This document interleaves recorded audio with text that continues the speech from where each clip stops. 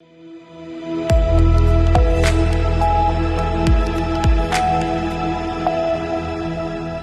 के बाद एक बार फिर से आप सभी का सी न्यूज भारत में स्वागत है। अपना दल कमेरावादी की ओर से 23 अगस्त को रायबरेली में क्रांति दिवस और विशाल जनसभा का आयोजन किया गया।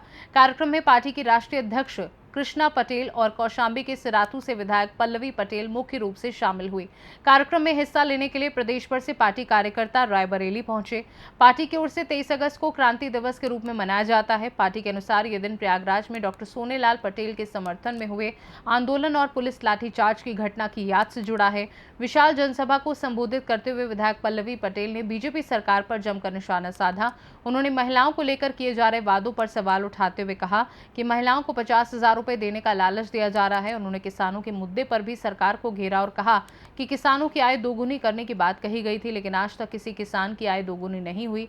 पल्लवी पटेल ने कहा कि किसान आज भी खाद के लिए परेशान है और उन्हें कई तरह की समस्याओं का सामना करना पड़ रहा है। उन्होंने पार्टी कार्यकर्ताओं से आगामी 2027 उत्तर प्रदेश विधानसभा चुनाव की तैयारियों में जुटने का आह्वान किया। पल्लवी पटेल ने दावा किया कि 2027 के विधानसभा चुनाव में अपना दल कमेरावादी अपनी सरकार बनाने की दिशा में आगे बढ़ रही है। जनसभा के दौरान पार्टी कार्यकर्ताओं में भी उत्साह देखने को मिला। क्या कार्यक्रम रखा?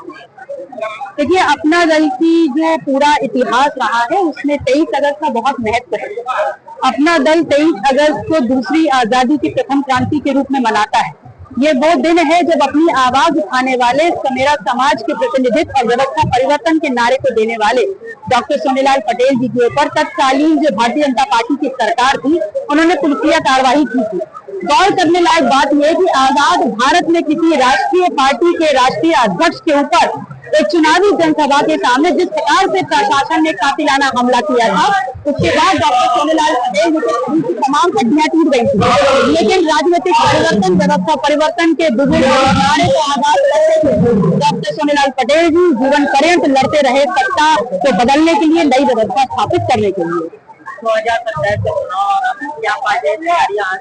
देखिए, 2027 उत्तर प्रदेश का विधानसभा चुनाव उस देश में एक नया कीर्तिमान स्थापित करेगा, उदाहरण स्थापित करेगा।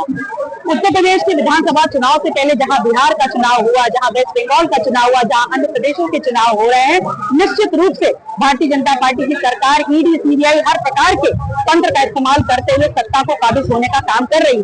लेकिन उत्तर प्रदेश के जो लोग हैं, जो देश का सिर्फ सूबा, बड़े इलाकाई क्षेत्र, ज्यादा विधानसभा या आदमियों के नंबर पर नहीं है, जनसंख्या के आधार में नहीं है, बल्कि मुद्दा आधारित यहाँ का जो किसान है, जो कमेरा है, जो युवा है, जो महिला है, बहुत सचेत है, सजग है, उसके हिसाब से वोट करते हैं। उत्तर प्रदेश में जो है ये महिलाओं के लिए 50,000 रुपए देने की बात है। अब भारतीय जनता पार्टी के लोगों की क्या बात करें? अगर आपने गौर से सुना हो तो मैंने अपने वक्तव्य में भी कहा कि कहीं आज की जो घोषणा है वो चुनाव के बाद चुनावी जुमले में शुमार न कर दी जाए। आज 23 अगस्त डॉक्टर पटेल की क्रांति दिवस था। 23 अगस्त में पुलिस ने लाठीचार्ज किया था, बहुत यातनाएं दी थी। 2 महीने डॉक्टर जेल में रहे थे। 23 अगस्त से अक्टूबर तक मैं उनके साथ रही थी, निरंतर रात दिन मैं उनके साथ रहती थी। और मैंने वहाँ जेल की भी यातनाएं देखी थी। पुलिस उनके साथ कैसा व्यवहार करती थी, सरकार उनके साथ कैसा व्यवहार करती थी, उनका इलाज भी होने देती थी। और जहाँ भी मैं चलती थी मेरे साथ छावनी बन जाता था, इतनी सोच मेरे साथ रहती थी।